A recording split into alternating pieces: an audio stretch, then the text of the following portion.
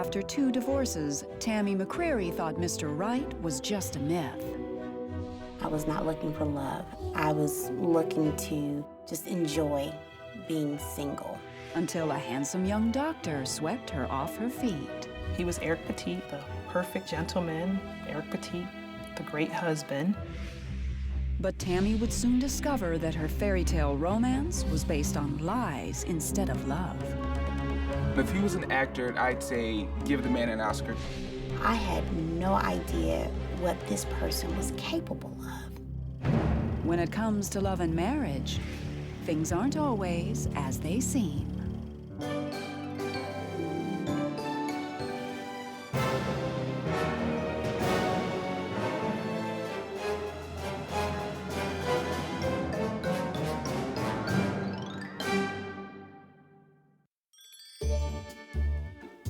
Tammy McCreary had never been lucky in love. I had dated some characters, so I know all the games, I know all the stories. So when the mother of 3 went out to an Atlanta club one night in November 2007, love was the last thing on her mind. Until Eric Petit strolled by her table. We kind of made eye contact, and I thought he was cute. The next time he came by, he just threw money over the area where I was sitting. And everyone was like, okay, well, drinks are on Tammy. Eric told Tammy that he had just moved to town from Chicago and was looking for a place to buy. Tammy, a mortgage broker, gave him her card. 2 days later, Eric called, but he was more interested in Tammy than a house. He said that he was an electrical engineer for one of the local utility companies. We started having lunch every day, and we talked all night. So things were moving pretty fast. He was the kind of guy that would open doors for you. He would rub Tammy's feet, buy her flowers. He was a gentleman to her, and she seemed very happy. As the relationship took off, Eric told Tammy some of the secrets of his past. He too had been married and had 2 young sons and a stepdaughter. But after his divorce, his life had taken a tragic turn. In one of our conversations, he just mentioned his children. And of course, I wanted to know, okay, so where are your children? And he said his boys are deceased. And his parents were also deceased, and that they were all killed in a crash. So me being a mother, hearing that just sent chills through me. In tears, Eric showed Tammy his son's death certificates. But that wasn't the end of the story. Eric told Tammy that before the accident, he had been an ER doctor in Chicago. Eric did show me transcripts from University of Chicago, but he said that he could not practice after the death of his children. I thought it was sad that now he wasn't doing what was really in his heart to do because of the tragedy. But 3 weeks after they started dating, Dr. Petit was called into action in spite of himself. As we were driving, there was like a 3-car collision in front of us. I said, Eric, you gotta help those people. And so he jumped out of the car and he proceeded to help everyone. And I was impressed.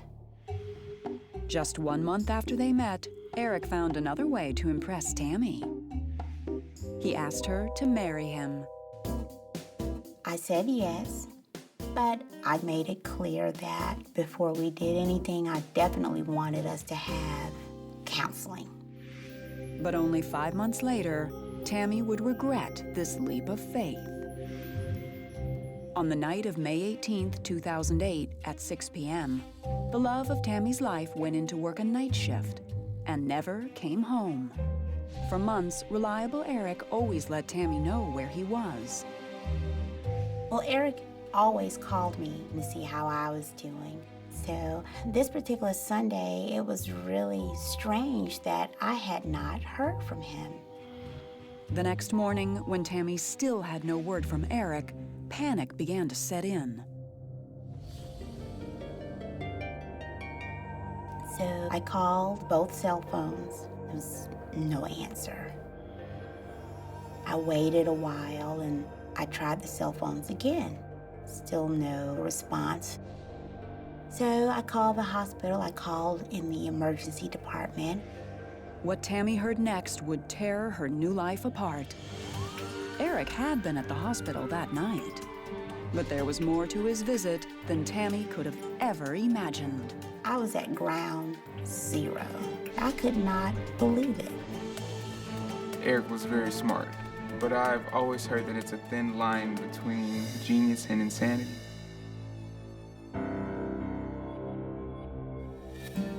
In December of 2007, 5 months before Eric Petit suddenly vanished, he took his new fiancée, Tammy McCreary, out for a special surprise. He wanted to go shop for rings, so he went to a store and he said, let's look at a 3-carat peerless in the antique setting.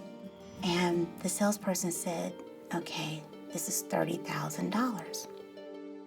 And I'm like, $30,000. So Eric says to him, well, just give me a day or two. But later that night, Eric got a devastating phone call.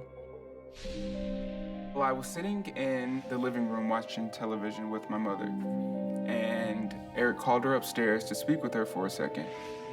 Then I just heard a loud outburst. So I ran upstairs, and he was laying in my mother's lap, and he was crying very, very hard. Through his tears, Eric told Tammy that his 12-year-old stepdaughter had committed suicide. As Tammy tried to comfort Eric, he explained that his ex-wife had no money for her funeral. He was told that it was gonna take $30,000 to cover the service, and he needed to take care of it. And I mean, I understood. And so I told him, we'll deal with the ring later. Tammy suggested that Eric move in with her so he wouldn't be alone. But not everyone thought it was a good idea. Everything was just coming all of a sudden, so I didn't trust him very much at all. I was like, you meet this guy who's not even from Atlanta, he's just moved here from Chicago, his family's dead. I said, what if he killed his family? Tammy may have been in love, but she had 3 children to protect. So she decided to get Eric checked out.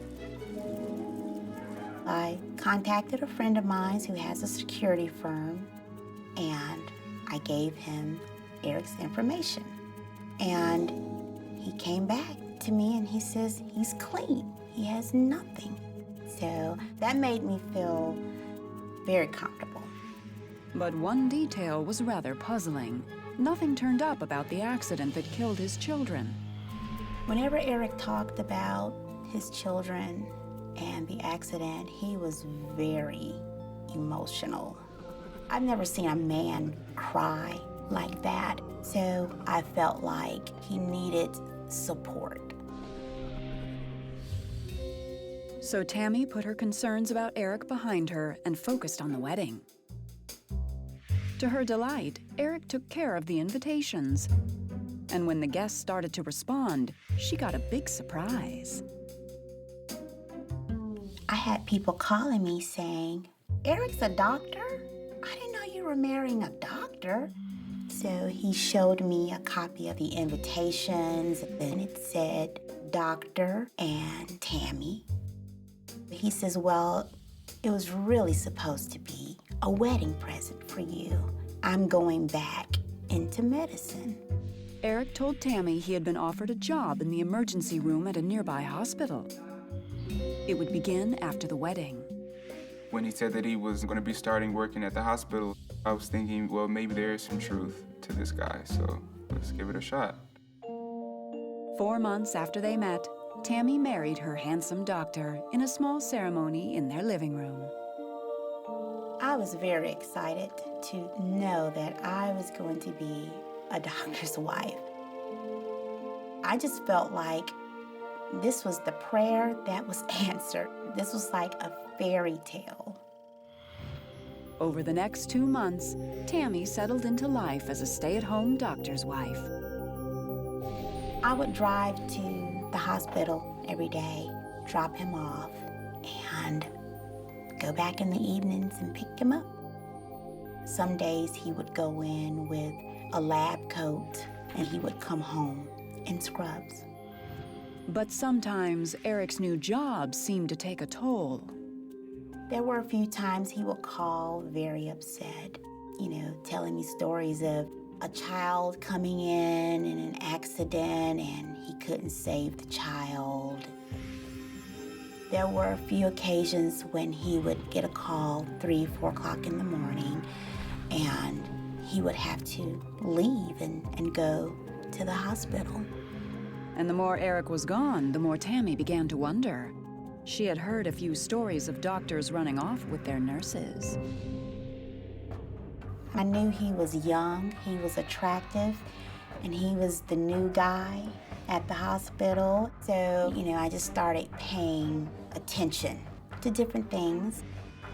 Before long, Tammy found something that seemed to confirm her biggest fear. A sexy text message that had nothing to do with work. Once I read the text message, it just didn't seem professional. So I just decided to call the number. Tammy knew whoever picked up her call might very well ruin her fairy tale marriage. But she couldn't stop herself from dialing. We were just like, oh my goodness, who is this guy?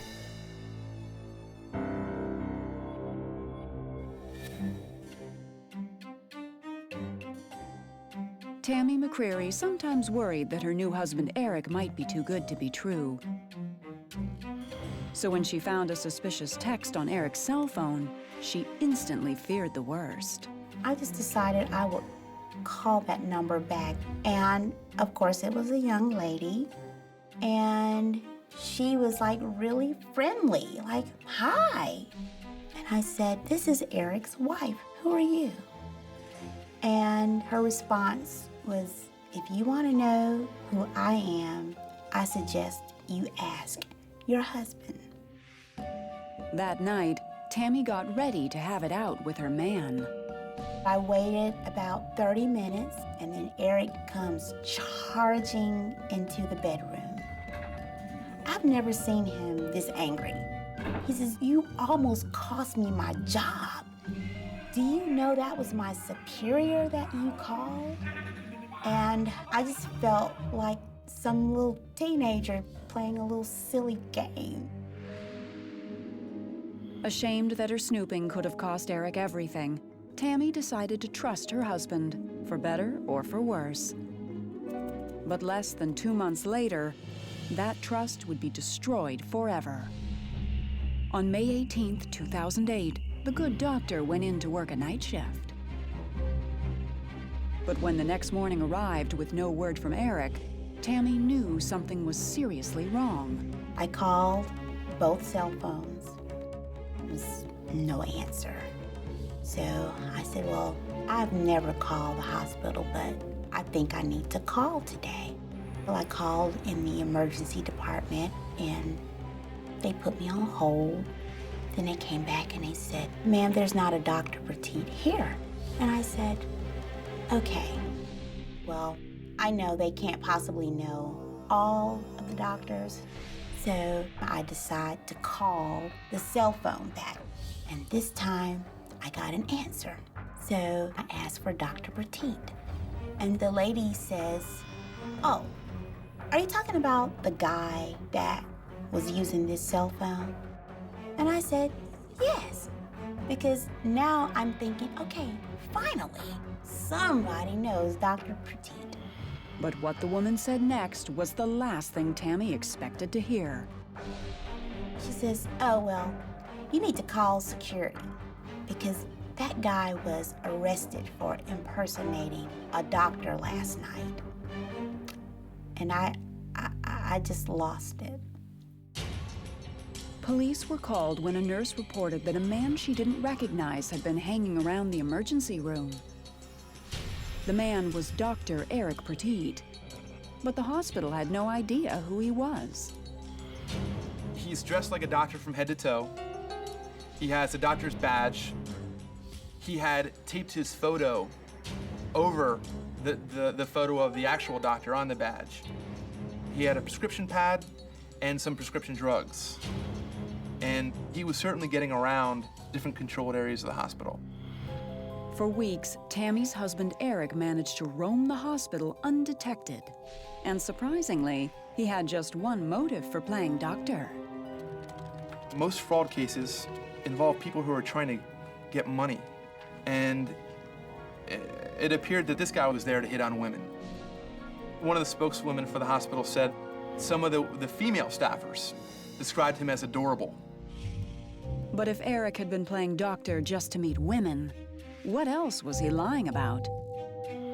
Tammy was determined to find out.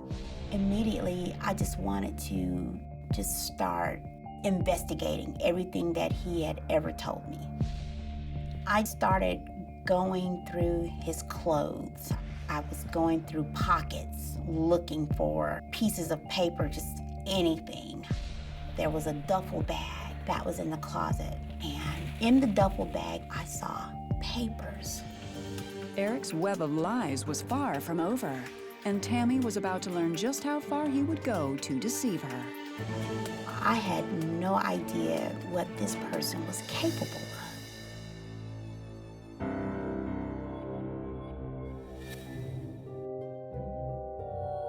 The day she found out her husband was arrested for impersonating a doctor, Tammy McCreary started her own investigation to find out who Eric Petit really was. I was so afraid that someone would come back and say, hey, his name isn't Eric Petit. I mean, I just did not know what to expect. Deep in Eric's duffel bag, Tammy uncovered another secret. A probation notice from the courts of Chicago. So at that point, I'm thinking like, wow, I figured it had to be bad. The probation officer explained to Tammy that Eric had been charged with check fraud, and there was a warrant out for his arrest. But then she heard something even worse. And she confirmed that he did have 2 children. I said, were they deceased? And she says, no, not that I know of. So I looked at the death certificate and I contacted the funeral home. And they had never heard of any persons in there with those names. The tragedy that had opened Tammy's heart to Eric was one of the most shocking lies of all. Eric had 2 sons by 2 different mothers, and both boys, along with his parents, were very much alive. What kind of man could lie about the deaths of his children? That lie really scared me because now I had no idea what this person was capable of. That really changed everything.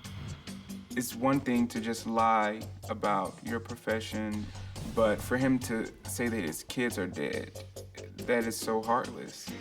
Eric had faked it all. The death certificates, the medical school transcripts, even his stepdaughter's suicide. It seemed the only thing Eric hadn't lied about was his name. I wouldn't come out of the house. I didn't talk on the phone. I did nothing because I just could not believe that I allowed him to suck me into this with all those lies. Even Tammy's background check had failed her. She had used the information on Eric's driver's license, and it was phony too. Now, instead of feeling careful, she felt like a fool. I think her guards were totally down, which had not been that way for many, many years. And everything he had said, he had proven to her, so she had no reason to question. It turned out that Eric had a long history of lying, and Tammy wasn't the first woman he had conned. Joy Richardson married Eric in Chicago in 2001. Eric asked me to marry him 2 weeks after meeting me. I thought he was my dream guy. He was very nice looking. It was something about him that drew me in. And when it came to work, Eric dreamed big. He told me that he created a touchscreen computer, and he accepted a deal from one big major company, and they were going to give him a $2.5 million sign-on bonus, but he turned out to be a pathological liar. And just like it did with Tammy, shortly after Joy said "I do," her marriage began to unravel.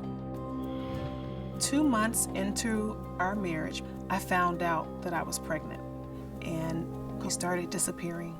He didn't know how to keep up with the lies that he was telling, so instead of confronting them or dealing with them, he would run. I honestly think that Eric will never stop lying. I think this is part of his makeup, so I don't think that he'll change. On December 15th, 2009, Eric Petit negotiated a deal and pled guilty to identity fraud and theft. He was sentenced to 42 months in prison.